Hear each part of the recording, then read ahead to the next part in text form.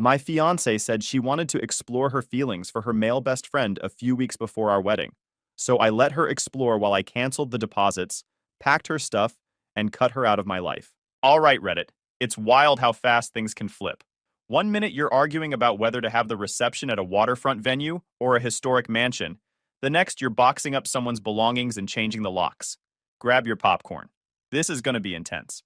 I'm Hunter, 32 male, territory manager for an industrial equipment distributor covering the Southeast. Been engaged to this girl for 8 months. I'm going to call her Dora because apparently she likes to explore. Together for 3.5 years. Everything felt locked in. We had this gorgeous Victorian I'd inherited from my grandmother 3 years ago. Wedding planned for mid-April, which was now less than 3 months away. The whole future mapped out like a GPS route with no traffic. She's an event coordinator for one of those upscale venues downtown. Charming. And up until last Saturday, I thought I'd somehow won the relationship game on my first serious attempt. We met through my buddy Nate, who I've known since we were both getting our teeth knocked loose playing lacrosse in high school. Nate's one of those guys who knows everybody in a 3-county radius and somehow ends up invited to every social event that happens in the Low Country. He's also the kind of friend who will help you move a body at 3 a.m. and then roast you mercilessly at brunch the next morning for getting blood on his truck seats. He'd been trying to set me up with someone for months after my last relationship ended, and Dora was his co-worker's roommate's friend. My first impression of Dora was strong. She walked into this riverfront bar wearing this sundress that made every guy in the place forget what they were saying mid-sentence. Confident, funny. Had opinions about everything from local politics to whether Savannah's squares were overrated. I disagreed with about half of what she said, which somehow made the conversation more interesting. We ended up closing down the bar talking about nothing important and everything at once. By the third date, I was hooked. By the 6th month, she was basically living at my place. By year 3, I proposed. Some warning signs were there. I just wrote them off. Dora had grown up as the pretty one, learned early that charm could get her what effort got other people. When she wanted something, she found ways to frame it as reasonable. When things didn't go her way, something had gone wrong with the universe. I found it charming at the time. Thought confidence meant she had her head on straight. Turns out those are two different things. The house was the real anchor of everything. My grandmother left it to me when she passed. 4 bedrooms, wraparound porch, original hardwood floors, sitting on a corner lot in one of those neighborhoods where the Spanish moss hangs so thick it feels like you're living inside a postcard. I'd spent the better part of 18 months restoring it. New electrical, updated plumbing, kept all the original character while making it actually livable. Dora moved in about a year after we started dating, and I watched her slowly take over every room with throw pillows and decorative objects I didn't understand the purpose of. I didn't mind. Seemed like a fair trade for having someone to come home to.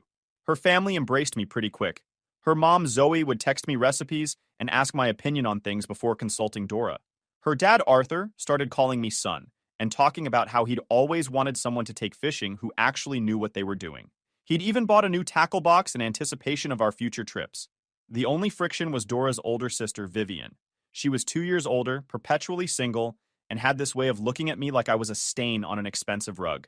She worked in real estate, drove a car that cost more than most people's annual salary, and resented that I'd inherited a historic home instead of grinding for it like she did. I think it violated her worldview about how success was supposed to work. She'd make these little comments at family dinners. How lucky I was. How some people have to actually work for things. How Dora was settling by not dating someone more ambitious. The comments always came wrapped in a smile, delivered in a tone that could be interpreted as joking if you weren't paying attention. But I was paying attention. Once at Thanksgiving, she'd asked loudly across the table how my career prospects were looking, then pivoted immediately into talking about a deal she'd just closed before I could respond. Her mom had changed the subject, but the damage was done. I ignored most of it because Dora would always roll her eyes after and tell me Vivian was just jealous. Jealous of what exactly was never clear, was. But it seemed to satisfy Dora, so I let it go. Then there was Tristan, Dora's best friend since college. They'd met freshman year in some communications class and had been inseparable ever since. Tristan worked in digital marketing, which as far as I could tell meant he made Instagram posts for local businesses and called himself a brand strategist. He was one of those guys who wore designer sneakers with every outfit and had this carefully cultivated stubble that probably took him 20 minutes to maintain every morning. Every story he told somehow circled back to how many followers he had or which influencer had reposted his content. The first time I met him, He looked me up and down and said something about how Dora usually dated guys with more creative energy. I told him I had plenty of creative energy. I just didn't feel the need to post about it for validation. He laughed like I was joking. I wasn't. We'd been cordially hostile ever since. What sealed my opinion of him was a party about a year into my relationship with Dora. I came back from getting drinks and found him with his hand on her lower back, whispering something in her ear. She laughed and didn't move away. When she saw me, she stepped back like nothing happened. Tristan just smiled. I should have noticed earlier how much time they spent together. Coffees before work, lunch meetings to discuss marketing opportunities for the venue, late-night phone calls about his latest dating disaster, or her stress about wedding planning. I trusted Dora completely. Tristan was her friend. I had female friends. Grown adults can have platonic relationships with the opposite gender. That's what I told myself every time I noticed him looking at her a little too long, or touching her arm a little too casually. I was being paranoid, insecure, jealous over nothing. I was wrong on all counts. Now let me tell you about my other close friend besides Nate, Roscoe. We'd worked together at my first job out of college, and he was genuinely the funniest human being I'd ever met. Naturally hilarious in that deadpan Southern style where you can't tell if he's joking until 3 sentences later. He looked like a middle-aged accountant but talked like a stand-up comedian doing a set about the mundane horrors of suburban life.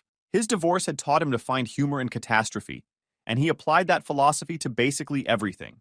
He had been through a split about 5 years back and had developed this cynical but accurate radar for relationship red flags. His ex-wife had left him for her yoga instructor. He'd been quietly skeptical about Dora from the start, but never pushed it, because he could tell I was happy. The night before everything fell apart, we'd been sitting out on my porch, and he'd made some comment about how Tristan gave off the energy of a golden retriever who'd learned to use LinkedIn. I laughed it off. Shouldn't have. Saturday morning started normal. I'd been up early working on some quarterly projections for work, coffee getting cold beside my laptop. Dora came downstairs around 10 with this expression, like she was about to deliver bad news, but was annoyed about having to do it.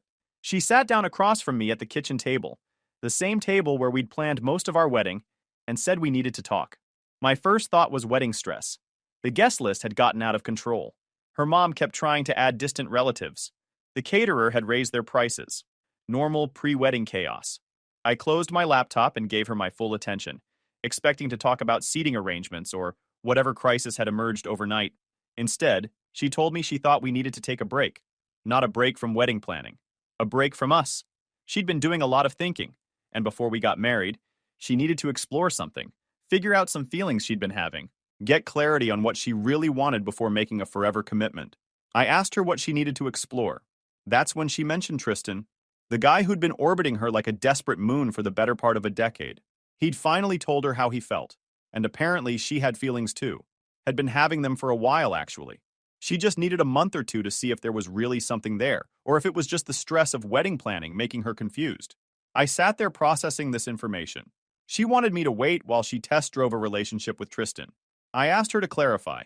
She wanted a break from our engagement so she could pursue something with Tristan and then decide if she wanted to come back to me. She nodded like this was the most reasonable request in the world.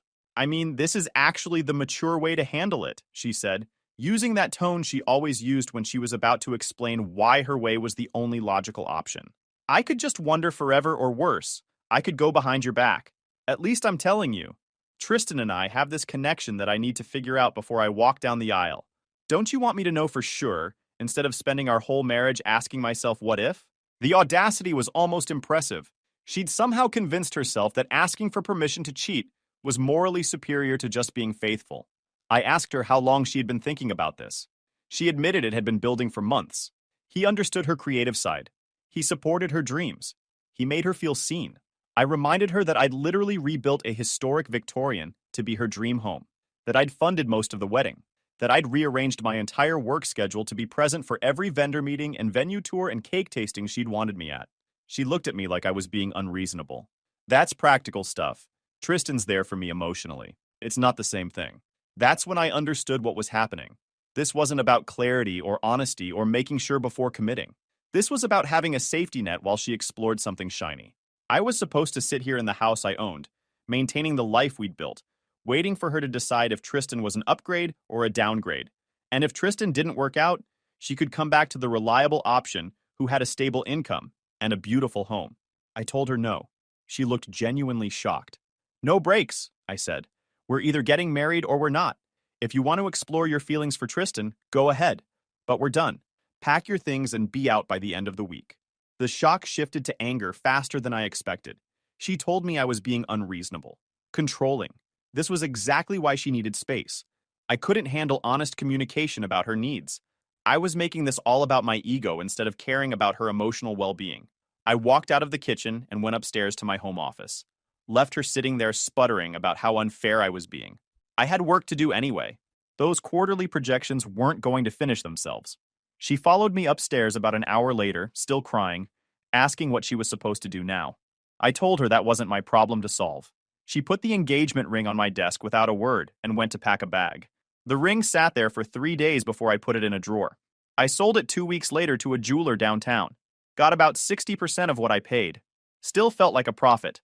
Dora didn't take my ultimatum seriously at first. She assumed I was having a dramatic reaction and would calm down in a few days. She went to stay at Vivian's place Saturday night, probably expecting me to call and apologize by Sunday morning. I didn't call. Instead, I texted Nate and Roscoe and asked if they were free to help with a project. Sunday afternoon, we started boxing up Dora's belongings. Everything she'd brought into the house. Every throw pillow, decorative mirror, scented candle, and article of clothing. Nate showed up with his truck and a supply of moving boxes. Roscoe showed up with pizza and a running commentary on the aesthetic choices Dora had made. Seriously, who needs this many decorative plates?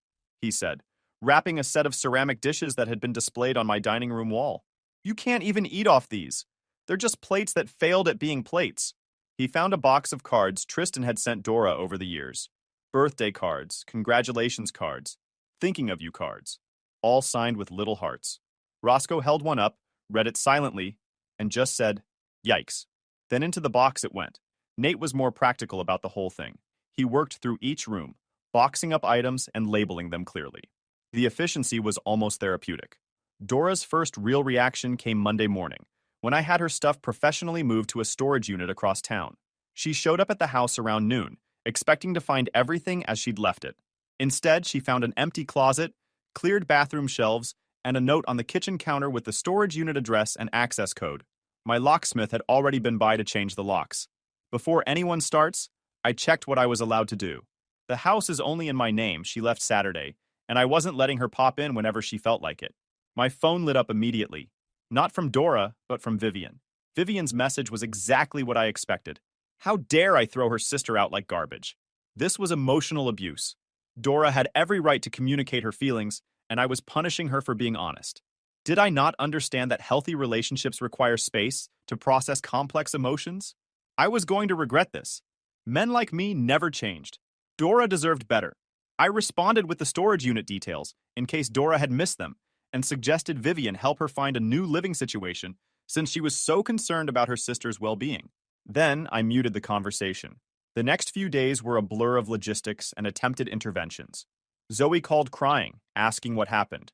I explained honestly. She went quiet, then said she'd warned Dora about Tristan years ago. Arthur never called at all, but he texted me 3 words. "I'm sorry, son." That told me whose side he was on. I had to tell my own people too. My parents took it better than expected. My mom said she'd always thought Dora was a little too focused on appearances. I sent a brief email to the 80 people on the guest list saying the wedding was canceled. Didn't go into specifics. Through all of it, Nate and Roscoe provided the only social interaction I needed. "Okay, let me make sure I got this," Roscoe said during dinner at my place Wednesday night. "She asked you to sit tight while she took her backup boyfriend for a test drive? You said heck no, and now she's confused about why she's crashing at her sister's place? That's the short version. And this guy she wants to figure things out with is Tristan, the digital marketing guy. That's him." Roscoe nodded slowly, processing this information with the gravity it deserved. "She left you for a guy who calls himself a brand strategist. I honestly can't tell if that's an insult to you or just proof that nothing makes sense anymore." Then Nate asked, "What about the wedding deposits? You're going to lose some money." I'd already run the numbers. About $8,000 in non-refundable deposits. The venue, the photographer, the caterer's booking fee. Expensive, but not devastating. I'd rather lose $8,000 than spend the next 40 years wondering when my wife was going to ask for another exploration break. "Consider it tuition," I said. "Cheaper than divorce."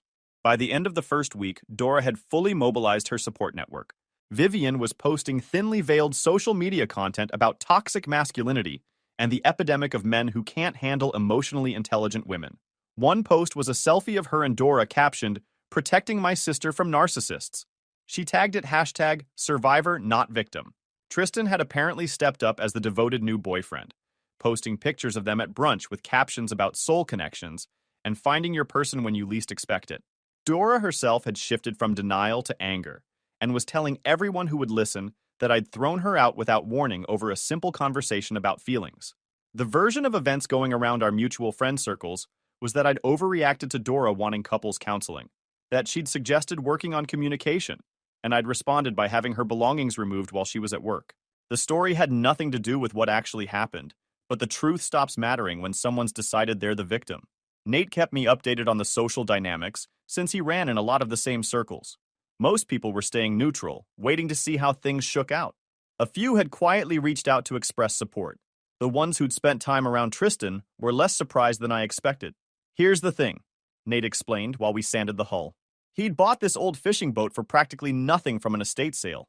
The previous owner had let it sit in a garage for 15 years, but the bones were solid. Everyone's known Tristan was into Dora for years. We all just assumed she'd never actually go for it because, no offense, the guy's insufferable. The surprise isn't that she developed feelings for him. The surprise is that she torpedoed an engagement to act on them. The boat work was good for me. Physical labor, tangible progress, something to focus on that wasn't the implosion of my future plans. We spent weekends sanding, repainting, replacing hardware, arguing about the right way to restore the wood trim.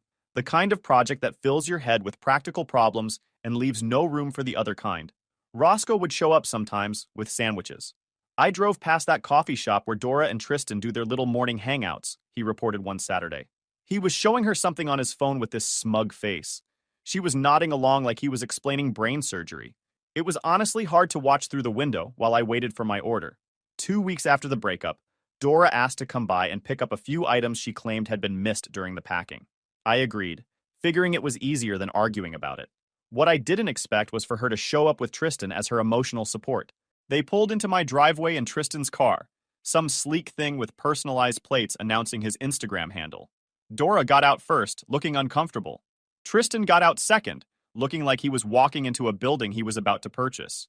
Head-to-toe athleisure that cost more than most people's work wardrobes. I was on the porch when they approached.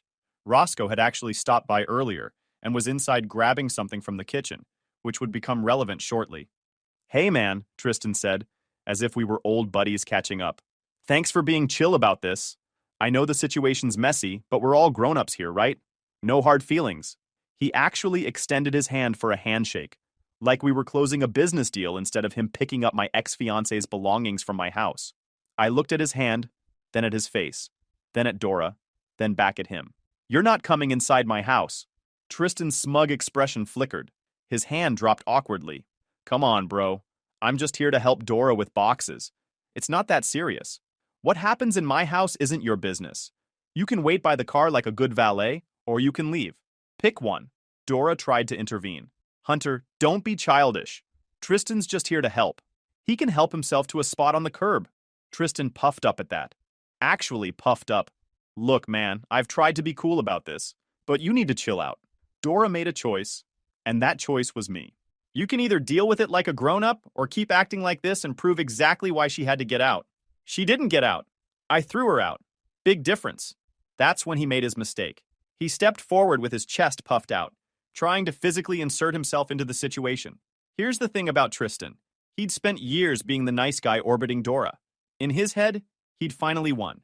And now some guy who'd lost was disrespecting him in front of her. So he did what guys like him do when their fantasy meets reality. He escalated. I'd been playing lacrosse since I was 12. I'd spent 4 years getting hit by guys twice Tristan's size. I'd also been working manual labor projects for the better part of a decade, which meant my grip strength alone was probably double his. When he put his hand on my chest to push me back, instinct kicked in. I grabbed his wrist, stepped to the side, and used his own momentum to put him off balance. He went down hard on the porch, more from surprise than any technique on my part. Roscoe had come out onto the porch at some point during the exchange. He stood there holding a glass of iced tea, watching the scene unfold with mild interest. "Well," he said, "that was fast." "Stay down," I told Tristan, keeping a hand on his shoulder. Not pinning him, just making it clear I could if he tried something else. You put your hands on me on my own property. That was stupid. I'm going to let you up. You're going to walk back to your car. You're going to stay there while Dora gets whatever she supposedly needs. Nod if you understand. He nodded, his face red from embarrassment more than exertion. I stepped back and let him get up. He scrambled toward his car, trying to brush off his clothes like the dignity would come back with them. There was a scuff on his designer sneakers now. He didn't look at Dora. Didn't say anything. Just got in the driver's seat and stared straight ahead. Dora stared at me like I'd grown a second head. That was so unnecessary, she said. He touched me first. Get your things. You've got 10 minutes. She was out in 7. Roscoe timed it. She grabbed a yoga mat, a jewelry box, and a framed photo of her and Tristan from some college formal. Not a single photo of us. I don't think he saw any of that coming, Roscoe said after they'd driven away. Some guys just talk themselves into corners and have no idea how to get out. About 3 weeks after the porch incident, I probably should have let things settle. Moved on with my life, focused on the future. But Tristan had been a thorn in my side for years, and the image of him scrambling away from my house didn't quite scratch the itch. Not revenge exactly. More like helping the universe balance things out. The opportunity came through Nate, who'd learned through his extensive network that Tristan was up for a contract with a regional restaurant group. Apparently, they were looking to update their social media presence across several locations, and Tristan had been pitching himself for months. It was the kind of contract he'd been hyping up, posting cryptic updates about big moves coming and major announcements soon. What Nate also knew was that the restaurant group's marketing director, a woman named Christine, was an old college friend of mine. We'd stayed loosely connected over the years, the kind of relationship where we'd grab coffee once a year and catch up on life. I sent her a text asking if she wanted to meet up. Over coffee, Christine actually brought up Tristan first. She was frustrated. He'd been slow to deliver on preliminary work she'd requested. His proposals were heavy on buzzwords and light on specifics, and he kept pushing the timeline while simultaneously posting about how busy he was with other projects. She pulled up his Instagram to show me. 3 posts that week about grinding and building an empire. 0 deliverables to her inbox. She was already leaning toward passing. I mentioned almost as an aside that I knew Tristan through personal circumstances, that he'd recently started dating my ex-fiancée while we were still engaged. I wasn't trying to tank anything, I said. Just figured she should have the full context since we all ran in similar circles, and it might get awkward. Christine nodded. She said character mattered in long-term partnerships. She thanked me for the heads up. I don't know if my conversation was the deciding factor or just confirmation of doubts she already had. Probably the latter. Tristan had been shooting himself in the foot for weeks before I said anything. But 2 weeks later, his social media announced he was taking a break from client work to focus on personal growth. The comments were full of supportive emojis from people who had no idea what was actually happening. The fallout started quickly. His whole lifestyle looked expensive, and once that contract didn't happen, the big successful brand guy routine started slipping fast. He started taking on smaller clients. His posting frequency dropped, and then he started distancing himself from Dora. It happened gradually enough that I only heard about it through the grapevine. Fewer brunch posts, fewer public appearances together, more solo content about self-improvement and finding your own path. The guy who'd been posting about soul connections was now posting about the importance of focusing on yourself first. Dora, who had blown up her engagement for a man who promised emotional connection and creative partnership, was apparently now dealing with a boyfriend who was too busy trying to salvage his career to provide either. Everyone paying attention noticed the irony. Nate delivered the final piece of news about 2 months after the breakup. Tristan moved back to Atlanta, he said. Told Dora he needed to be closer to a bigger market for better opportunities. Said they could try long distance if she wanted. Let me guess, she didn't want. Nope, they're done. I took a sip of my coffee and nodded. The satisfaction was mild but real. Not because Dora was suffering, but because the fantasy she'd chosen over our life together had collapsed under its own weight, exactly like I figured it would. 3 months after Dora moved out, my life had settled into something surprisingly comfortable. Work was going well. The house felt like mine again. I'd sold most of the decorative plates at a yard sale. Roscoe helped. Nate and I had finished the boat restoration and started taking it out on the river most weekends. Something about being on the water at 6 in the morning, coffee in hand. No agenda except seeing what bites. Clears your head. The territory manager position had led to a promotion I hadn't been expecting. Regional coordinator for the Southeast, which meant more responsibility, but also more flexibility. I was traveling some, meeting new people, building a professional network that had nothing to do with the Savannah social scene that had consumed my life during the Dora years. Turns out I'd been running at maybe 60% capacity while constantly managing relationship drama. Without that weight, work felt almost easy. Meanwhile, Dora's situation had gotten worse in ways I only heard about secondhand. I didn't go looking for information, but Savannah's a small town, and people talk. The event coordination job had become complicated once word spread about the circumstances of our breakup. The industry was small enough that people talked, and the version of events that circulated wasn't the one Dora had been selling. Several clients who'd been planning to book through her venue found reasons to explore other options. Her boss, who apparently knew the real story through mutual connections, had started giving her less desirable assignments. Vivian's support had cooled once Tristan disappeared. Having a sister who left her established fiancé for a best friend who then bailed for career opportunities was harder to spin than having a sister who was just following her heart. The social media posts about toxic masculinity stopped. The check-in calls got less frequent. She had her own image to worry about. Dora's parents had taken sides. Her mom still spoke to me occasionally, mostly apologetic messages about how she'd hoped things would work out differently. Her dad had apparently told Dora that she'd made the biggest mistake of her life, and he wasn't sure he could respect her choices anymore. 6 months after the breakup, I got invited to a mutual friend's birthday party. Jamie, who'd been friends with both of us since before we started dating, was turning 35 and throwing a thing at his place near Forsyth Park. I almost didn't go, but Nate convinced me it would be good to show face. The party was exactly what I expected. Maybe 30 people spread across Jamie's house and backyard. Good music. Better food. Casual enough that people were actually enjoying themselves. I posted up near the back porch with Nate and Roscoe, catching up with people I hadn't seen in months, deflecting questions about the breakup with practiced vagueness.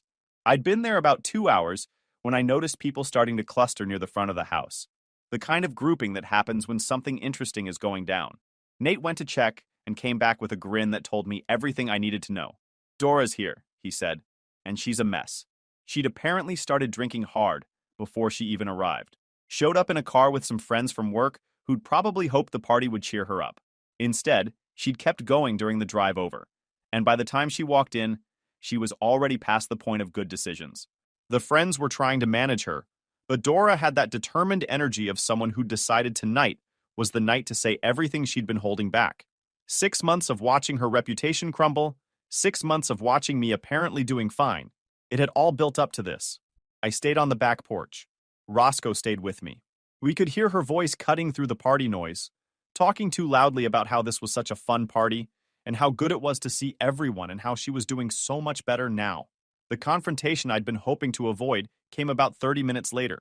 She appeared on the back porch, flanked by 2 friends who looked like hostage negotiators who'd lost control of the situation. Her makeup was smeared. She was holding a cup of something that was definitely not her first of the evening. Nate and Roscoe both straightened up slightly. "Hunter," she said, dragging out my name like it was an accusation. "There you are. I was wondering if you'd actually have the guts to show up." I looked at her calmly. "Hey, Dora." "Don't hey Dora me." She stepped closer, wobbling slightly. "You wrecked my life. You know that, right? You wrecked everything because you couldn't deal with me being honest about my feelings." The porch had gone quiet. People were watching now, pretending to have conversations. "You wrecked your own life," I said. "I just refused to go down with it." She laughed. "Tristan had you figured out from day one. You were always threatened by him, always jealous of what we had. That's why you couldn't just give me some space to sort things out. Speaking of Tristan, where is he? I didn't see him around." The question hit harder than I expected. Her expression crumpled for a second before she pulled it back into anger. "He had to focus on his career. We're still friends. It's called being adults about a relationship, not that you'd get that." Someone near the back door snorted. The back door. A few others shifted uncomfortably. Dora didn't notice. She was too busy glaring at me. Roscoe muttered something under his breath that I couldn't quite catch, but it made Nate almost spit out his drink. "Dora," I said, keeping my voice level. "You asked me to wait around while you tried things out with another guy?" I said no. That's the whole story. Everything after that was because of your choices, not mine. My choices were about being authentic, about honoring what I was actually feeling. You just wanted to control me. I wanted to marry someone who was sure about me. You weren't. So I got out of your way, so you could be with the guy you were sure about. How'd that pan out? She opened her mouth to respond, but something stopped her. Maybe the faces of the people watching. Maybe the realization that she was having this conversation loudly at a party while barely able to stand. "You think you're so much better than everyone," she finally said, her voice cracking. "You think because you've got your grandmother's house, and your boring job, and your boring life that you've won something. But you haven't won. You're gonna end up alone because you can't handle a woman with real feelings." I stood up from where I'd been leaning against the porch railing. "I'm gonna head out," I said to Nate and Roscoe. "Fun evening, though." I walked past Dora toward the side gate that led to the street. She grabbed my arm. I stopped, looked at her hand, then at her face. She let go. Behind me, I heard her friends trying to manage her, heard her voice rising as she realized I was leaving without taking the bait. "Don't walk away from me, Hunter. This isn't over. You owe me an explanation for blowing up everything we had." I stopped at the gate and turned back one last time. "We didn't have anything, Dora. I built a life, and you crashed in it until you decided you deserved better. Turns out better wasn't on the table. That's not my problem." I walked out. Nate texted me afterward. Dora had continued her meltdown for another hour after I left. Apparently, she'd cornered Jamie to complain about how unfair it was that he'd invited both of us. Jamie had told her he'd invited 30 people and wasn't going to plan his guest list around her relationship drama, which hadn't gone over well. Then she'd gotten into some kind of argument with another guest. The details were fuzzy, but it escalated until someone asked her to leave. Her friends managed to get her outside, but not before she'd gotten sick in Jamie's front yard. The story made the rounds through our social circles over the next few days. Dora, who'd spent months trying to control what people thought about our breakup, had given everyone a way more memorable story to tell instead. The last I heard, she was looking at jobs in Charleston. New city, new people. I wished her well. I hoped she found whatever she was looking for. As for Tristan, I heard he'd pivoted to some crypto thing. Blockchain consulting or whatever. One of those rebrands that sounds impressive until you realize it just means the last thing didn't work out. The boat Nate and I restored sold for a nice profit, and we started on a second one. Roscoe got promoted at his job and used the excuse to throw a small party at my place. New faces started appearing in my social circles. People who'd never known Dora, who had no stake in the old drama, who just showed up. Some nights I'd sit on that porch and think about everything that had gone down. And somehow, despite all of it, I'd ended up with a better life than the one I'd been fighting to keep. Honestly, the best revenge is really just living well. Guys, we are so close to hit 100,000 subscribers on this channel. If you are not subscribed to the channel, please consider subscribing. It really helps hit that 100,000 mark. Thanks for making this dream come true.